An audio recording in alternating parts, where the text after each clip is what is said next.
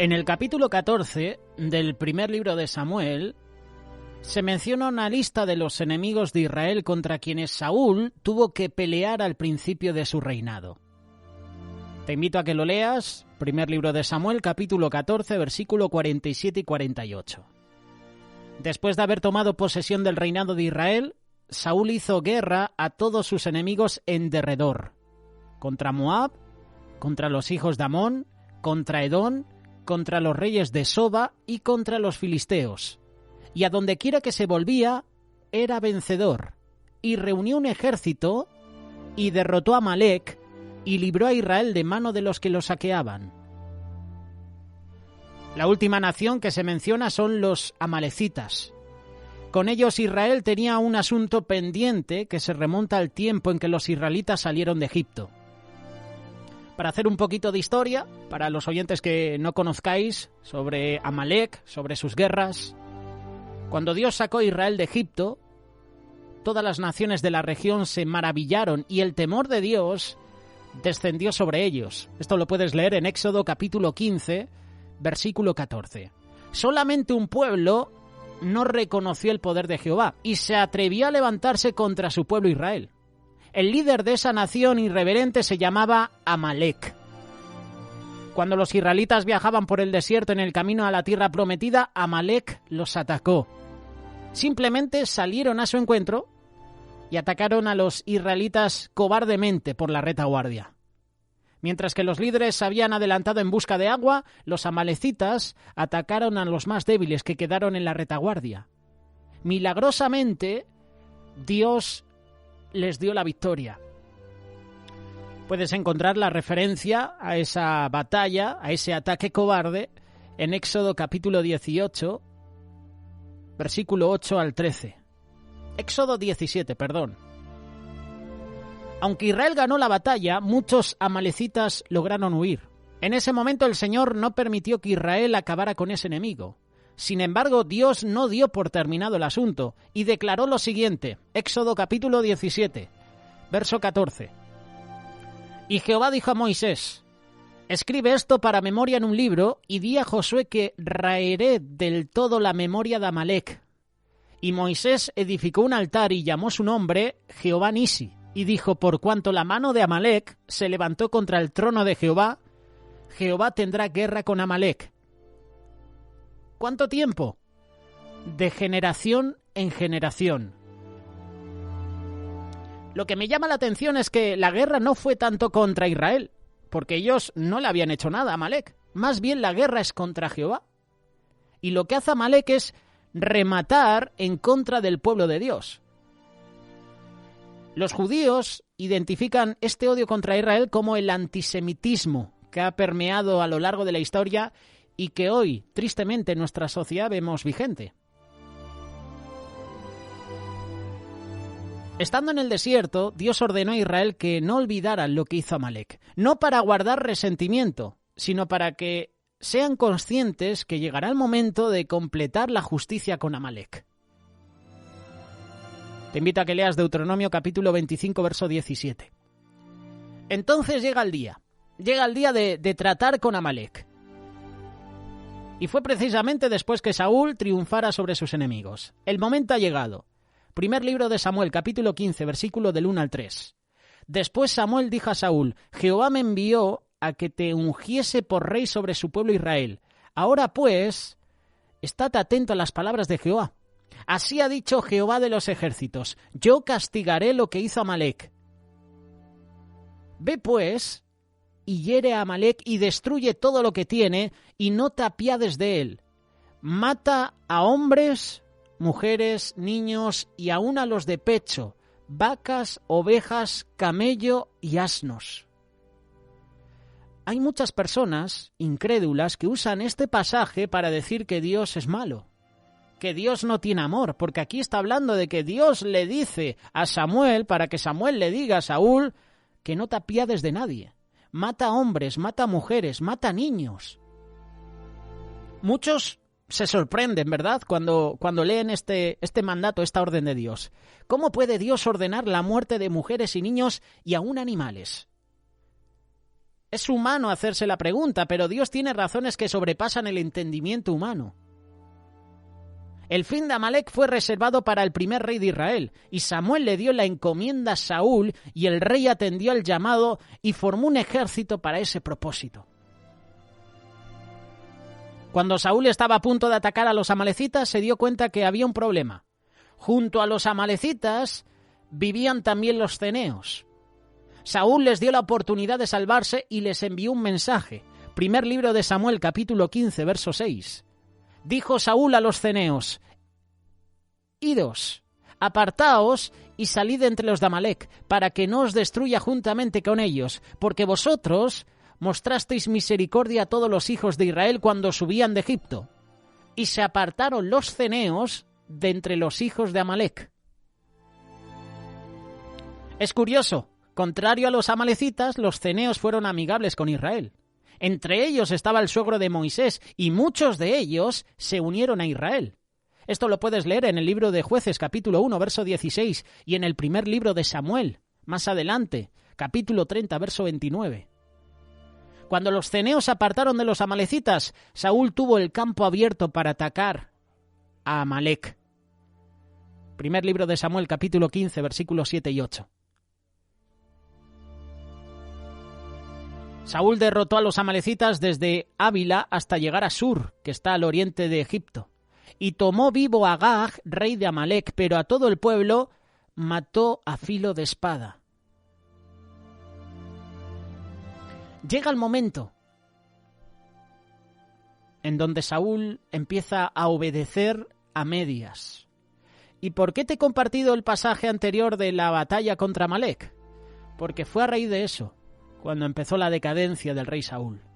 Saúl comenzó bien su encomienda, pero no la terminó. Solo obedeció parcialmente las instrucciones del Señor, y eso es desobediencia. Y Saúl y el pueblo perdonaron a Agag y a lo mejor de las ovejas y del ganado mayor, a los animales engordados, de los carneros, de todo lo bueno, y no lo quisieron destruir, mas todo lo que era vil y despreciable destruyeron. Las instrucciones que Dios les había enviado a Saúl habían sido claras: destruye todo, deshazte de todo. Pero Saúl no lo hizo así. Él dejó vivo al rey y a lo mejor del ganado. Saúl se creyó más inteligente que Dios y eso le costó caro. A Dios no se le pasa nada por alto. Dios vio lo que hizo Saúl y se lo hizo saber a Samuel. Versículo 10 y 11. Y vino palabra de Jehová a Samuel diciendo: me pesa haber puesto por rey a Saúl, porque se ha vuelto de en pos de mí y no ha cumplido mis palabras.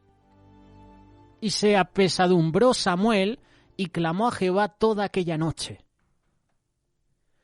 Vemos que Samuel apreciaba, tenía un respeto hacia Saúl. Ese momento Samuel no podía dormir, clamaba a Dios. Samuel se consternó al oír el reporte del Señor y al día siguiente salió a buscar a Saúl. El profeta no sabía los detalles, pero se fue enterando en el camino.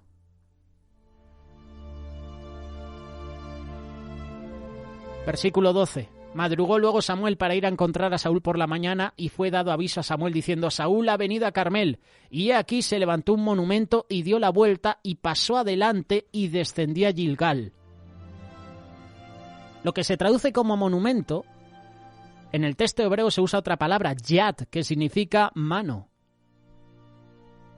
Según los expertos, según comentaristas, dicen que Saúl hizo un monumento de victoria en la forma de una mano gigante como símbolo de poder. Saúl no solo desobedeció a la orden de Dios, sino que luego se exaltó a sí mismo delante del pueblo. Yo cuando leí este pasaje, dice que levantó un monumento, yo me imaginé que hizo un altar, hizo un ídolo. ¿Para qué? ¿Qué necesidad tiene Saúl de levantar un monumento? ¿A qué? Y uno puede pensar un ídolo. Saúl se engañó a sí mismo. Saúl llegó a creer que no había hecho nada malo. Y así se lo manifestó a Samuel cuando lo vio llegar. Primer libro de Samuel, capítulo 15, versículo 13 en adelante. Vino pues Samuel a Saúl, y Saúl le dijo: bendito seas tú de Jehová, yo he cumplido la palabra de Jehová. Samuel entonces dijo: Pues qué válido de ovejas y bramido de vacas es este que estoy escuchando con mis oídos. Y Saúl respondió, de Amalec los han traído porque el pueblo perdonó lo mejor de las ovejas y de las vacas para sacrificarlas a Jehová tu Dios, pero lo demás lo destruimos. Es curioso lo que dice Saúl, ¿verdad? Porque el pueblo perdonó lo mejor de las ovejas. Hace poquito estábamos compartiendo sobre por qué la gente culpa a Dios, ¿verdad? ¿Por qué nuestra sociedad culpa a Dios de todo? Culpa a Dios de los desastres naturales, culpa a Dios de las enfermedades, culpa a Dios de las guerras, culpa a Dios de la pobreza, Busca culpables, la culpa es de otros. Y aquí vemos a Saúl cómo dice, porque el pueblo perdonó lo mejor de las ovejas y de las vacas, echando el marrón, echando la culpa al pueblo, intentando lavarse las manos, cuando él, siendo rey, era el máximo responsable. ¿Cuántas veces nosotros echamos la culpa a otros de las decisiones incorrectas que tomamos, verdad? Hay un refrán popular que dice, es mejor pedir disculpas que pedir permiso. Y ese definitivamente no es un proverbio bíblico, pero Saúl lo aplicó a su vida. Saúl se lo creyó. Él no obedeció al pie de la letra la orden de Dios, sino que decidió ser creativo. Él pensó que su idea era mejor que la de Dios y decidió implementarla, creyendo que si ofrendaba a Dios parte del botín, iba a calmar esa ira divina. Pero las cosas no funcionan así con Dios. ¿Y Samuel qué hace? Se lo deja claro. Versículo 16 al 19. Aún luego de la explicación del profeta, Saúl no se mostró arrepentido. Él todavía se excusó, creyendo que no había hecho nada malo.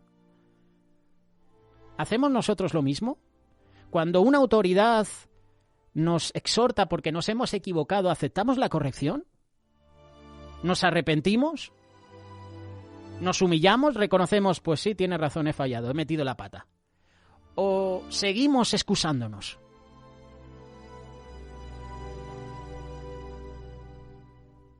No solo no se arrepintió Saúl, sino que le echó la culpa al pueblo por el botín. Y peor aún, lo justificó como un acto religioso. A veces creemos que hacemos grandes obras para Dios, pero si no es lo que Él quiere, la obra es en vano. Y puede aún considerarse como desobediencia. Y esto fue lo que explicó Samuel en el versículo 22. ¿Se complace Jehová tanto en los holocaustos y víctimas como en el que obedezcas a las palabras de Jehová? Ciertamente el obedecer es mejor que los sacrificios y el prestar atención que la grosura de los carneros. Lo que espera Dios de su pueblo es que le prestemos atención. Es obediencia, que le obedezcamos. El único sacrificio que Dios espera es nuestra obediencia.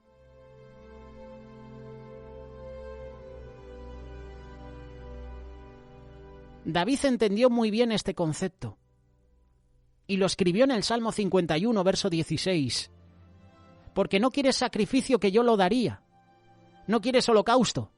Los sacrificios de Dios son el espíritu quebrantado, el corazón contrito y humillado, no despreciarás tú, oh Dios. También un proverbio dice, hacer justicia y juicio es a Jehová más agradable que sacrificio.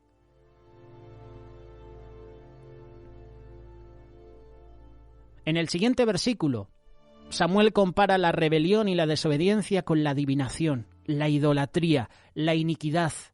Versículo 23. Porque como pecado de adivinación es la rebelión, y como ídolos e idolatría la obstinación. Por cuanto tú desechaste la palabra de Jehová, Él también te ha desechado para que no seas rey. Curiosa, ¿verdad?, la comparación que usa Samuel. A simple vista pareciera que una cosa no tiene nada que ver con la otra, sin embargo, esos pecados tienen la misma raíz.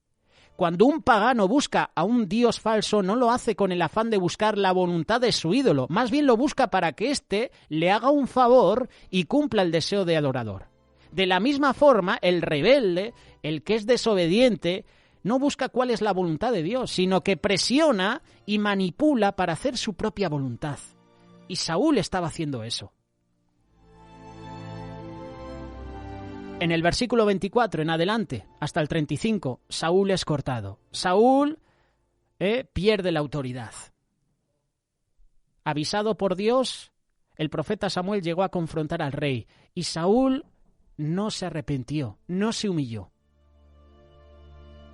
¿Qué hubiera pasado si Saúl acepta la palabra, la exhortación, de parte de Samuel, enviada por Dios a Samuel.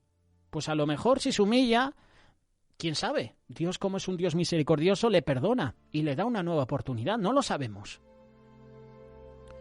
Pero no se humilló. Luego del llamado de atención del profeta Samuel, Saúl parecía estar arrepentido. Versículo 24 y 25. Entonces Saúl dijo a Samuel: yo he pecado, pues he quebrantado el mandamiento de Jehová y tus palabras, porque temía al pueblo y consentía la voz de ellos. Perdona pues ahora mi pecado y vuelve conmigo para que adore a Jehová.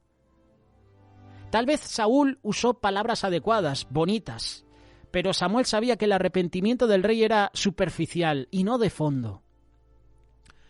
Buscando en internet, arrepentirse en hebreo es shub, que literalmente significa regresar. Saúl reconoció su pecado, pero nunca regresó. No buscó humildemente la voluntad de Dios, sino que siguió actuando como quería, y le pidió a Samuel que hiciera sacrificios con los animales que había capturado. Y Samuel no atiende, no se presta al juego de Saúl. La ruptura del manto de Samuel sirvió como señal de lo que iba a suceder con el reinado de Saúl. Versículo 26 y 27. Samuel respondió a Saúl: no volveré contigo, porque has desechado la palabra de Jehová, y Jehová te ha desechado para que no seas rey sobre Israel. Y volviéndose Samuel para irse, Saúl se asió, es decir, se agarró de la punta de su manto, y éste se rasgó. Samuel le dice: Jehová ha rasgado hoy de ti el reino de Israel y lo ha dado a un prójimo tuyo mejor que tú. La respuesta de Saúl ante esta profecía revela lo que está en su corazón, lo que a él le importaba. Y él dijo: yo he pecado, pero te ruego que me honres delante de los ancianos de mi pueblo y delante de Israel, y vuelvas conmigo para que adore a Jehová tu Dios. Nótese en algo importante. Y esto lo hemos leído con el profeta Elí, con el sacerdote Elí, perdón. Cuando Ana está en el templo derramando su corazón, Elí piensa que Ana estaba borracha, ¿verdad? Y de esto hemos hablado.